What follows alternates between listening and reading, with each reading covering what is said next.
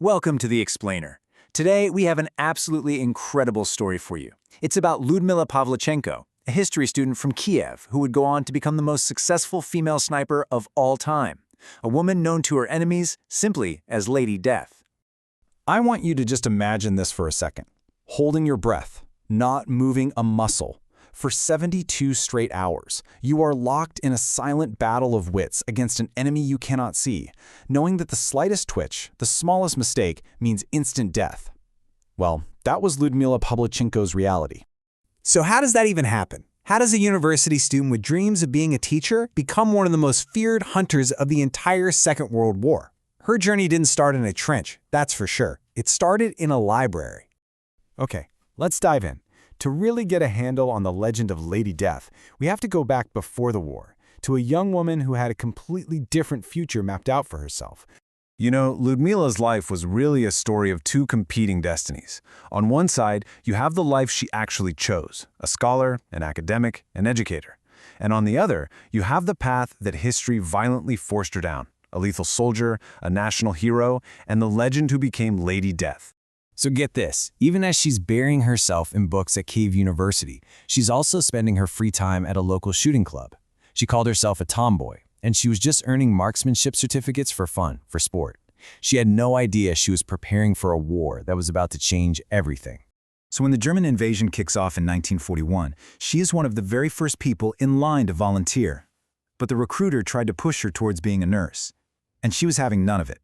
She basically slapped her sharpshooting awards down on the desk and demanded a spot in the infantry. She was determined to fight. Okay, so now we're heading to the front lines. This is where the student completely disappears and the soldier takes over. This is where the legend of Lady Death was forged in blood and steel.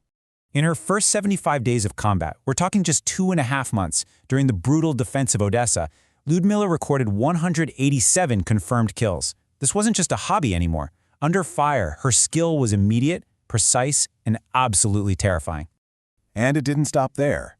When her unit fell back to the fortress city of Sevastopol, the fighting got even more intense. By May of 1942, her tally had climbed to 257.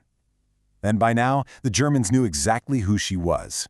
They started hunting her specifically. Now this is where it gets just unbelievable. As her reputation grew, she was handed the most dangerous mission a sniper can get, counter-sniping, hunting the enemy's best hunters. She faced 36 of them in lethal one-on-one duels, and she won. Every single time. So, by the time she was finally taken out of action by mortar shrapnel in June 1942, her official witness kill count stood at 309. You have to remember, she was only 25 years old, and she was already the most successful female sniper in history. And we really need to understand what counter-sniping means. These duels weren't just about who was the better shot. They were brutal, psychological chess matches that could go on for days. It meant lying motionless, fighting off sleep, hunger, and just paralyzing fear. It was a battle of pure, raw nerve where the first person to flinch died.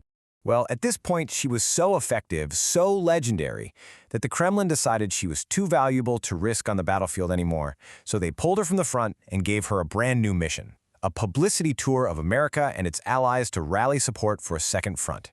But when she gets to Washington, D.C., she runs into a kind of battle she was totally unprepared for. She's expecting questions about tactics, about survival, about the hell she just came from. And instead, the American press was, well, they were obsessed with her appearance. I mean, seriously, look at these questions. Do you use nail polish? Does your uniform make you look fat? Why don't you wear shorter skirts? They were treating this battle-hardened warrior, fresh from the siege of Sevastopol, like she was some kind of novelty act. She finally had enough. In Chicago, she just tossed aside the prepared speech and let them have it, speaking directly from her own brutal experience. And when she said those words, the place just erupted in a massive roar of support. But the fighting on the battlefield, the battles with the press, those eventually ended. And that's when Lyudmila returned home to face her longest and maybe her quietest war, the one she fought inside herself for the rest of her life. And you have to understand just how lucky she was to even be alive. The Red Army had roughly 2,000 female snipers served during the war. Only about 500 of them made it home. That's a 75% casualty rate. She outlived the vast majority of her comrades. After all that, she actually went back to Kyiv University and finished her history degree. She got to live her original dream, becoming a historian for the Soviet Navy. But the war never, ever left her.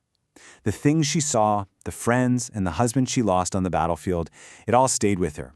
She suffered from severe PTSD and depression for the rest of her life and died from a stroke at just 58.